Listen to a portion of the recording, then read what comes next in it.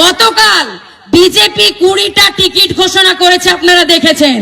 তার মধ্যে আপনাদের এখানকার লম্পট চরিত্রহীন মাতাল ধান্দাবাজ মেয়ে নিয়ে পড়ে থাকা সাংসদরা আবার টিকিট পেয়েছে। আপনারা জানেন, লম্পট চরিত্রহীন সেই সাংসদকে বিজেপির প্রার্থীকে একটা ভোটও দেবেন না। কোথায় খরচা করেছে? কোন মহিলাদের নিয়ে হোটেলে থাকতে যে খরচ গেছে, আর কত টাকা গেছে বোতলের পেছনে, লাল জলের পেছনে।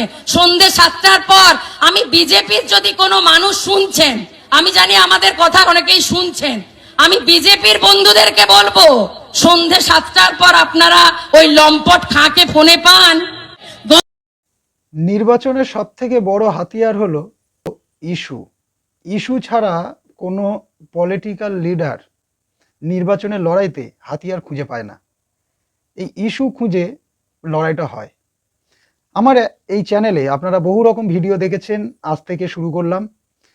যেহেতু আমাদের দেশের নির্বাচন, তো কাকে দিচ্ছি দেশের ভার, আমরা সে বিষয়ে একটু আলোচনা করি। এই নির্বাচন কটা দিন, এই যে ভদ্রমহিলা বক্তব্য দিলেন আপনারা শুনলেন, ইনি হলেন সুজাতা মণ্ডল, আগে ছিল খান, মণ্ডল খান। যেহেতু বিষ্ণুপুরের সাংসদ সৌমিত্র খাঁর স্ত্রী সুজাতা মণ্ডল খান, আপনাদেরকে একটু মনে করিয়ে দিই, বিগত লোকসভা নির্বাচনের কয়েকদিন আগে যখন সৌমিত্র খাঁ ওখানে প্রার্থী হয় বিজেপির থেকে, তখন সৌমিত্র খাঁ গ্রেপ্তার হয় পুলিশের হাতে। সুজাতা খাঁ তার অক্লান্ত পরিশ্রম এবং লড়াই, কিভাবে লড়াই করতে হয় তিনি দেখিয়েছিলেন সেই নির্বাচনের সময়। আমরা দেখেছি 2019 নির্বাচনে হাড্ডাহাড্ডি যে লড়াই, সেই লড়াইয়ের মধ্যে থেকে তার স্বামীকে জেতায়, তৎকালীন স্বামী। একই কেন্দ্রে প্রার্থী হয়েছেন বিজেপি থেকে সৌমিত্র খান আর তৃণমূল থেকে সুজাতা মণ্ডল। যে লড়াইটা কঠিন হবে তার কারণ হলো, যখন 2019 সাল, তখন কিন্তু সুজাতা মণ্ডল সৌমিত্র খাঁর স্ত্রী ছিলেন।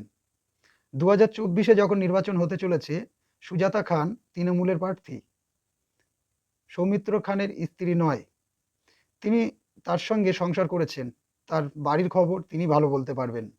জনগণের সামনে অলরেডি প্রার্থী ঘোষণা হওয়ার আগে থেকে বলা শুরু করেছেন।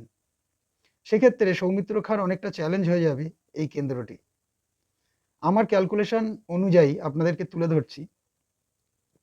তার কারণ হলো, যে সুজাতা খান স্বামী জেলে, অথচ মাঠে ময়দানে যেভাবে লড়াই করে তার স্বামীকে জিতিয়েছিলেন, সেই লড়াইটা বিষ্ণুপুরের প্রত্যেকটি মানুষ সাক্ষী আছে। আমার মনে হয় সেই লড়াইকে যেভাবে মানুষ কাছে থেকে দেখেছে, তার পরবর্তীকালে যখন জয়যুক্ত হয়, এমপি হয়ে ফেরেন, তারপর থেকে আস্তে আস্তে এমন কি হয়েছিল যে স্ত্রী এতটা লড়াই করে তাকে এমপি বানিয়েছে জনগণের ভোট নিয়ে, সেই স্ত্রীর সঙ্গে এমন কি হলো যে আর একেবারে বিচ্ছিন্ন হয়ে গেল? এটা তো সেখানকার জনগণ তো এই প্রশ্নটা করবে না।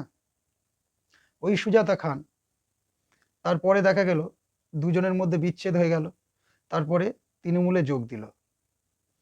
আর এই সামনে 2024 সাল সাধারণ নির্বাচন, সেই নির্বাচনে বিষ্ণুপুরের প্রার্থী সুজাতা মণ্ডল।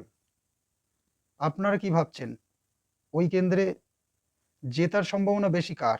কমেন্ট করে জানাবেন। আমাদের পরবর্তী কেন্দ্র তমলুক, যেহেতু ভগবানের সঙ্গে একজন শিশু লড়াই করতে যাচ্ছে, ওই কেন্দ্রটি একটি ভাইটাল আলোচনা আছে। ততক্ষণ পর্যন্ত নিজেকে খেয়াল রাখুন। ফেসবুকে যদি ভিডিওটি দেখেন ফলো করুন, ইউটিউবে দেখলে অবশ্যই সাবস্ক্রাইব করবেন এবং ভিডিওটি শেয়ার করবেন।